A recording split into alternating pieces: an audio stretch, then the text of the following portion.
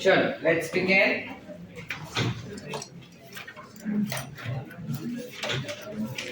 So in previous lecture we got done understanding the basic intro about what plant is and all of that. आज हम थोड़ा और detail में चलते हैं. We'll come to understand the first plant division, which is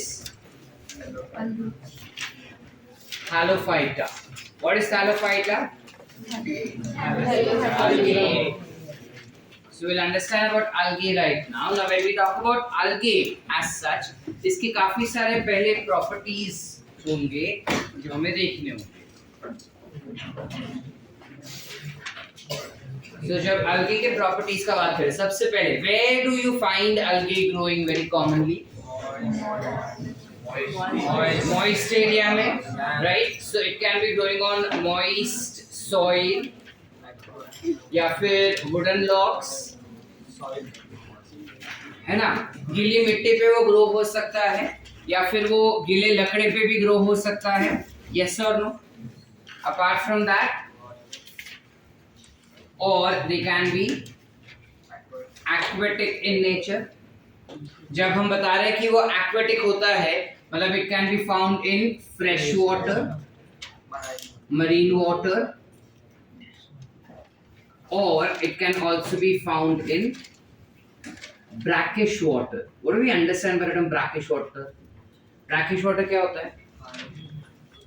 High in minerals. High in minerals? Not really. Brackish water क्या होगा? Estuaries. पता है एस्चुरीज? हम ज्योग्राफी में पढ़े थे ये चीज. जब दो वाटर बॉडीज मिलते हैं ना, यानी जब नदी समुद्र से मिलता है, तो वो जो इलाका है ना जहाँ पे नदी और समुद्र एक दूसरे से एक मिलाप कर रहे हैं, उस एरिया को हम कहते हैं एस्चुरीज. वहां का जो पानी रहता है वो नदी से थोड़ा ज्यादा सॉल्टी होगा और समुद्र से थोड़ा कम सॉल्टी होगा. इस टाइप के पानी को you call it as brackish water. So algae can be found in brackish water, in marine or in fresh water, or they can also be found on moist wooden logs or soil. Are we clear? Going ahead, जब हम algae का बात करते हैं, we know that all of the algae are autotrophic. Yes or no? And avascular in nature. Meaning they do not have any xylem and phloem. उनके पास xylem और phloem जैसा कुछ नहीं होता मिनरल्स या फिर फूड या फिर किसी चीज के ट्रांसपोर्ट के लिए.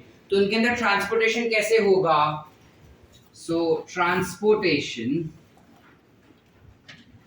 in them takes place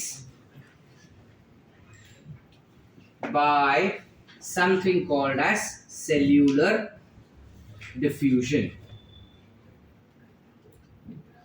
हम डिफ्यूजन के बारे में cell the unit of life में पढ़ चुके हैं. यस और no?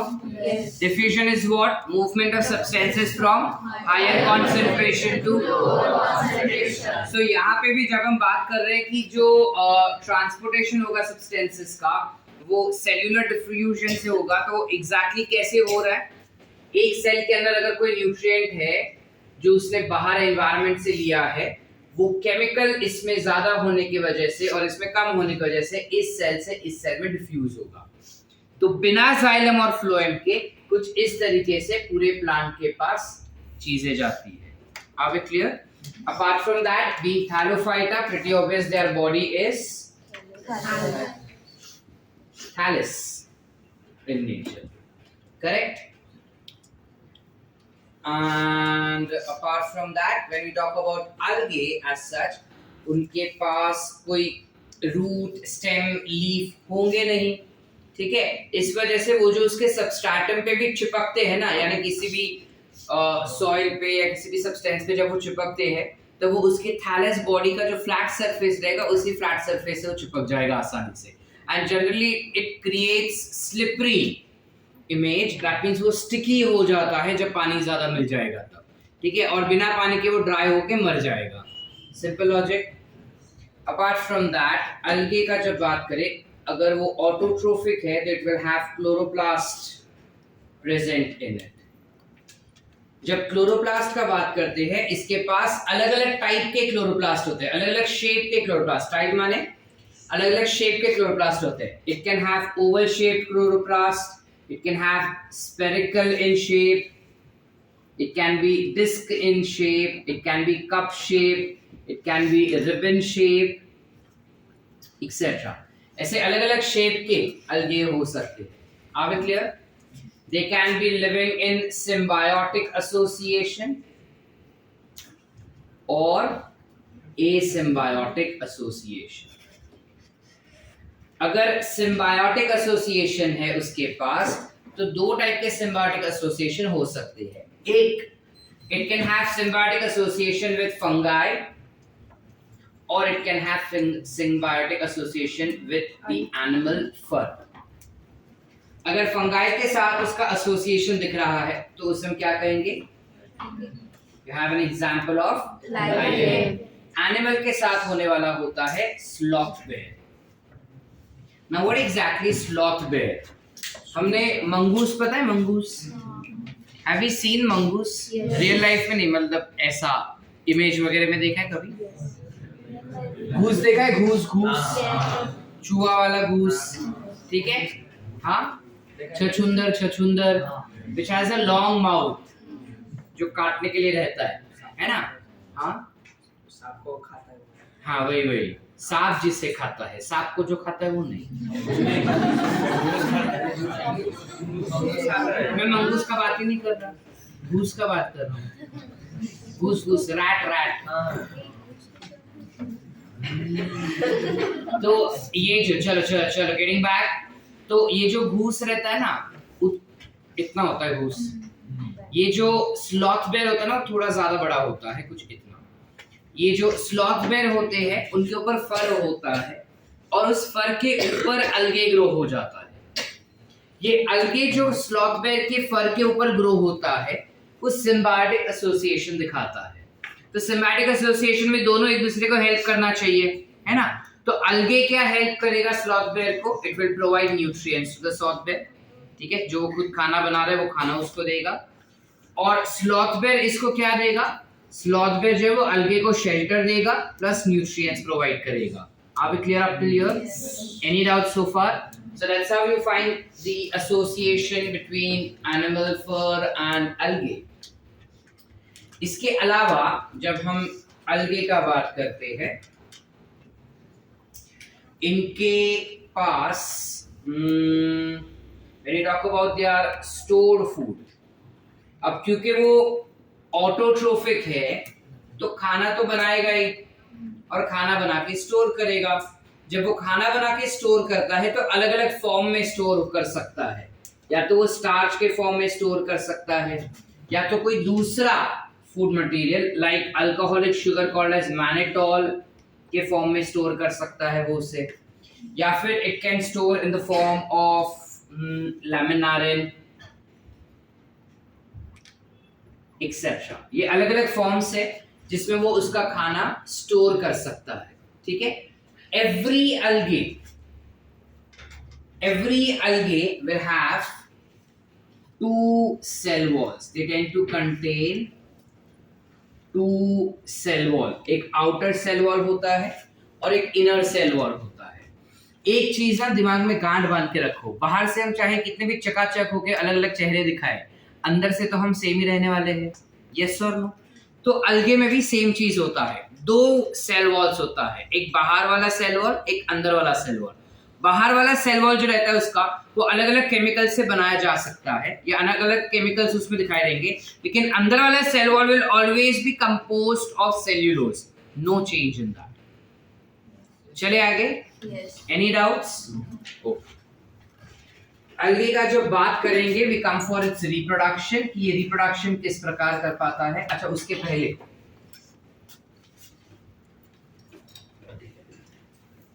algae can be unicellular in nature, like for example you have chlorella। चलो एग्जाम्पल अलग कलर में लिख देता हूं तो हमको याद रहेगा। एग्जाम्पल यू हैव chlorella, या फिर you have Chlamydomonas, Prachi, Yes, sir. what will you pronounce this? Chlamydomonas. पक्का Yes. या फिर Chlamydomonas? They can be living in colonies, so they are colonial in nature. Colony मतलब क्या? झुंड में रह सकता है, ठीक है? तो झुंड में रहने वाले का एग्जाम्पल है हमारे पास वॉलवॉक्स।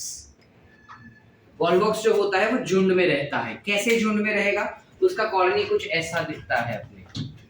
अंदर ऐसे बड़े बड़े कॉलोनी रहते हैं। ये बड़े बड़े कॉलोनी जो अंदर की तरफ दिखाई देंगे अपने को, दीज आर डॉटर कॉलोनीज जो नए नए बने। और इसके बाहर की तरफ हमें छोटे कॉलोनीज दिखाई देते हैं कुछ ऐसे। You see that? फुटबॉल देखा है कभी जिंदगी में? वो कुछ ऐसा ही होता है।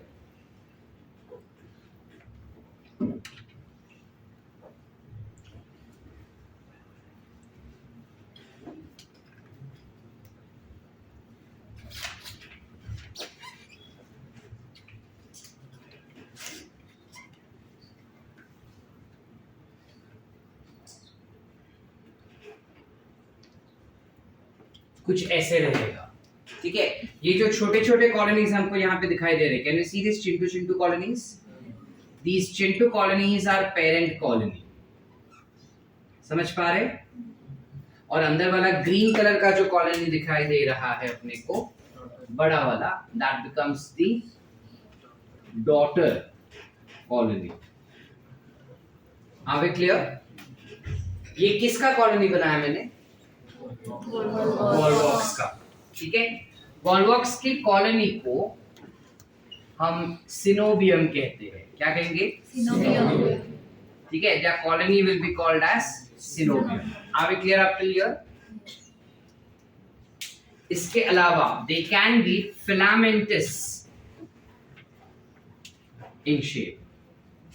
Filamentous समझते हैं? Thread-like. Thread-like. So they can be thread-like in shape also. Like for example, you have Spirogyra, you have Eulothrix. These are the examples of algae which will be filamentous in nature. They can be huge, they can be massive and branched also, which are called as caps. Generally जो अलगे होते हैं ना, वो काफी छोटे छोटे होते हैं, माइक्रोस्कोपिक जनरली दिखाई देते हैं अपने को। इंडिविजुअल अलगे का बात कर रहा हूँ, लेकिन कुछ कुछ अलगे ऐसे हैं जो काफी ह्यूज, काफी बड़े होते हैं। तुलसी देखे हमने, तुलसी प्लांट, उतने बड़े बड़े भी अलगे होते हैं, ठीक है? तो जो इतने बड़े बड़े अलगे हमको दिखाई देंगे ना, उन्हें हम कहेंगे क्या? Caps. We call them to be as caps, ठीक है? जो काफी बड़े होते हैं साइज में और ब्रांच्ड भी होते हैं। However, their body is thallus only. उनका बॉडी अभी भी थैलस टाइप का ही होता है, लेकिन मैसिवली ब्रांच्ड दिखाई देंगे वो। कैसे, कब, कहाँ, क्यों, हम पढ़ेंगे अभी। यहाँ तक क्लियर है? Any doubts? Let's try to understand about their reproduction.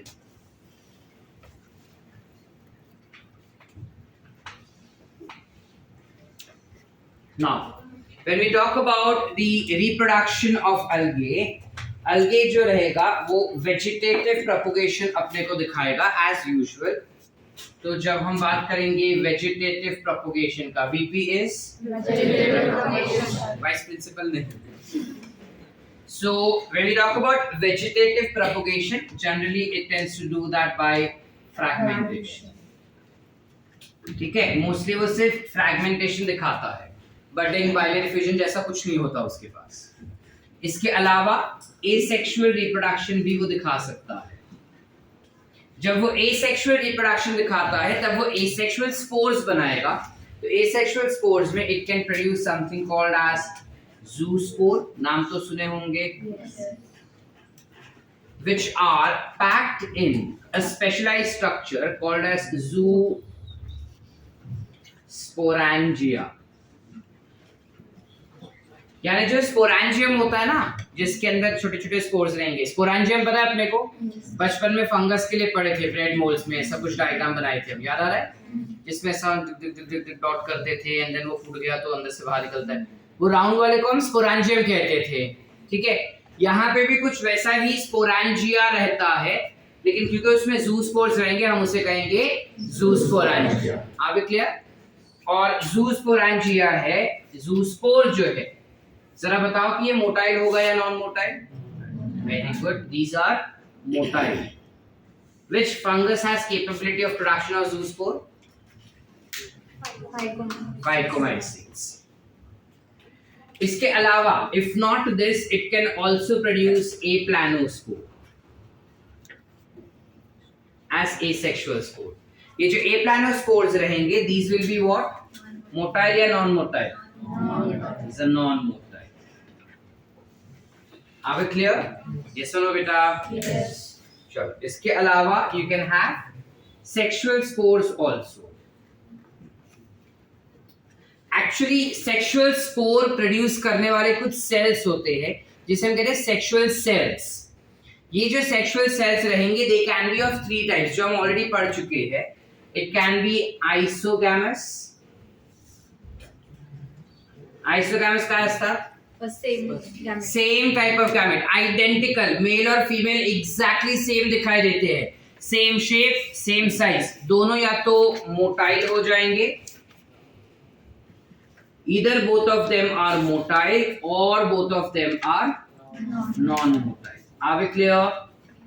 Yes or no बेटा? Yes. समझ पा रहे कि नहीं? अगर दोनों मोटाइल होंगे तो उनका एग्जाम्पल हो जाता है यूलोथ्रिक्स, and non-motile का example will be Spirogyra. ठीक है? ऐसे isogamous which are motile in nature can be produced by a special type of algae called as Eulothrix. And ऐसे type के isogamous जिसमें दोनों ही non-motile है can be produced by an algae which is called as Spirogyra. Are we clear? Here we go ahead. You can also have production of N-isogamous. N-isogamous type के जो sexual cells होते हैं, generally ये spores जो बनाएंगे, they will be dissimilar in size. यानी कि उनका shape same रहेगा, या तो दोनों मोटाइल होंगे या दोनों नॉन मोटाइल होंगे, लेकिन उनका साइज एक का बड़ा एक का छोटा होगा. Are we clear? यस और नो बेटा? Yes. सारे प्रॉपर्टी सेम होंगे कोई भी एक को छोड़ के, इसे हम कहते हैं anisogamous. Are we clear? Anisogamous type के स्पोर्स किसमें दिखाई देते हैं? तो you have something called as Eudorina. You got something called as Eudorina. फिर आते हैं उगैमस. उगैमस में क्या हो जाएगा? करेक्ट. जो मेल्स रहेंगे they will be small and motile gametes, whereas जो फीमेल गैमेट्स रहते हैं they will be large and non motile. Are we clear? Yes और नो बेटा? Yes. तो उगैमस के एग्जांपल क्या हो जाएंगे? उगैमस के लिए you have Fucus and Volvox as example. Are we clear? Yes or no? Yes. सारा पूरा क्लियर है? Yes. कोई डाउट्स? पक्की बात? Once more or understood? Understood. Everyone? Yes. पक्का? Now based on उसके पास कौन से अलग अलग टाइप के फोटोसिंथेटिक पिगमेंट्स है, on that basis जो अलगे होते हैं वो अलग अलग कलर के दिखाई देते हैं. And depending on that you can classify algae into 3 categories जो हम कल पढ़ चुके हैं. You have Chlorophyceae, Phaeophyceae, that is red algae, brown algae, green algae. आसान? Any doubts? इतना लिखे पहले, फिर विल गो फॉर ग्रीन अलगे. ठीक है? Let us do economic importance of this and then you all can write all together. रुको जरा 2 मिनट. ये अलगे हम काहे पढ़ रहे हैं, क्या इस्तेमाल होता है इसका? So when we talk about algae, there are 2 uses. You have its ecological importance.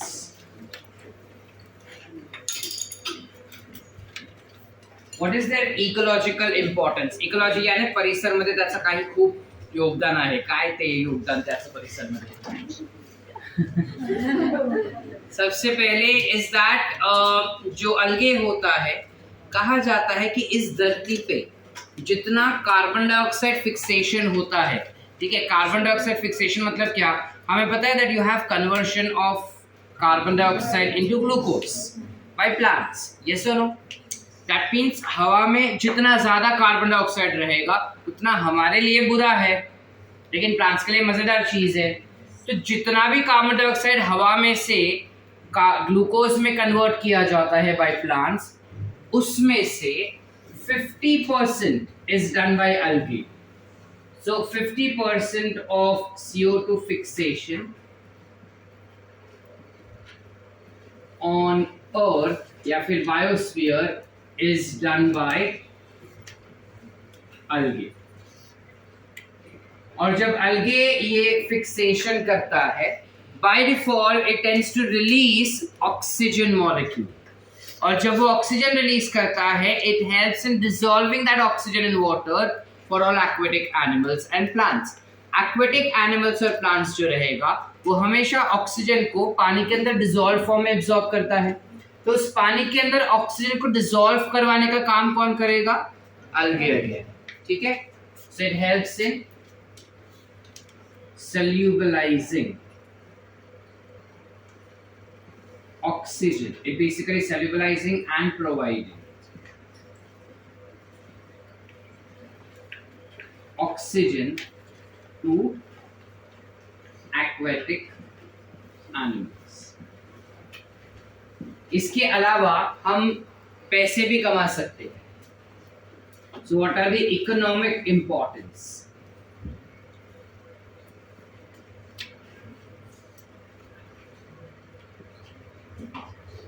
When we talk about economic importance of algae, सबसे पहला economic importance is that lots of algae are edible in nature. काफी सारे ऐसे algae हैं जिसे हम खा सकते हैं. ऐसे almost 70 species है algae की which are edible in nature. There are almost 70 species of algae which are edible, which includes species like Laminaria, Sargassum,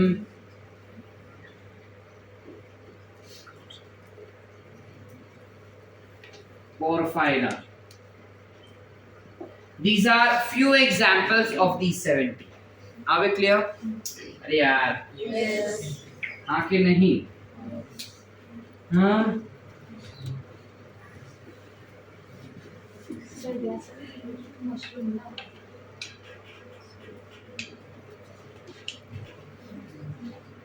Are we clear? इसके अलावा they help us in providing hydrocolloids.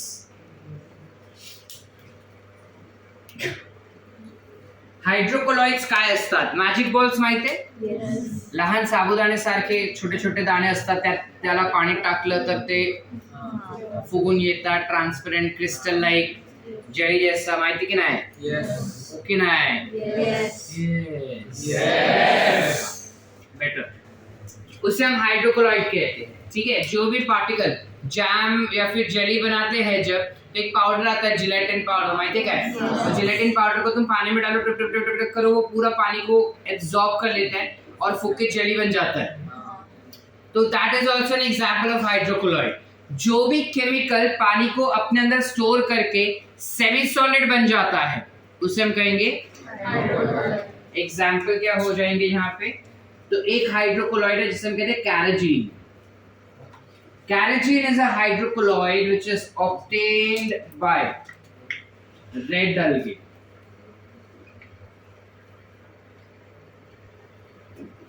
ठीक है, red algae जो होता है वो एक type का हाइड्रोकोलॉइड बना के हमको देता है जिसे हम कहते हैं कैराजीन.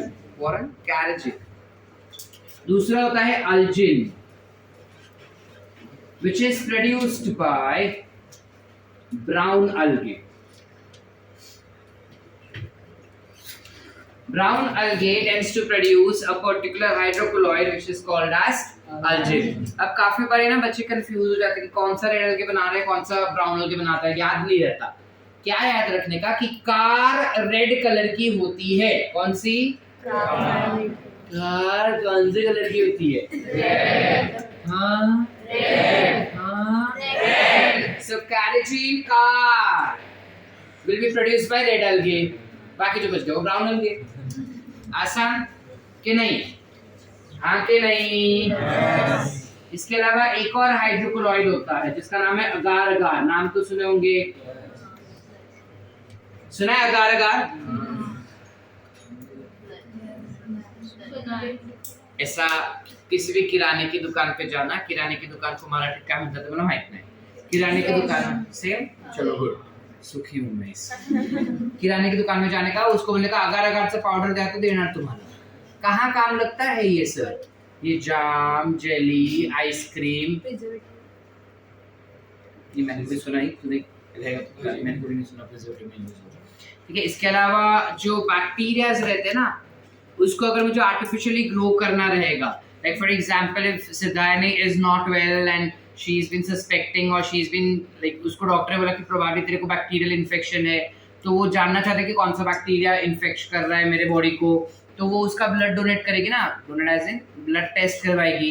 तो जो ब्लड टेस्ट मेरे पास आएगा उसमें से मेरे को बैक्टीरिया को ग्रो करना है, तो बैक्टीरिया को ग्रो करने के लिए मैं आर्टिफिशियल खाना बनाऊंगा उसके लिए, जो उसको चाहिए वही सारे खाने रेडी ऐसा बना के थाली में परोसूंगा। अब वो अपने जैसा तो है नहीं कि थाली अंदर टक टक रखा और वैसा खाएगा, सो उसको एक सेमी सॉलिड मीडिया बना के देते हैं। उस सेमी सॉलिड मीडिया को बनाने के लिए अगार अगार का इस्तेमाल किया जा सकता है। So agar agar can be used for growing bacteria, it can be used for preparing jam, jelly, ice creams और एनी सेमी सॉलिड मीडियम।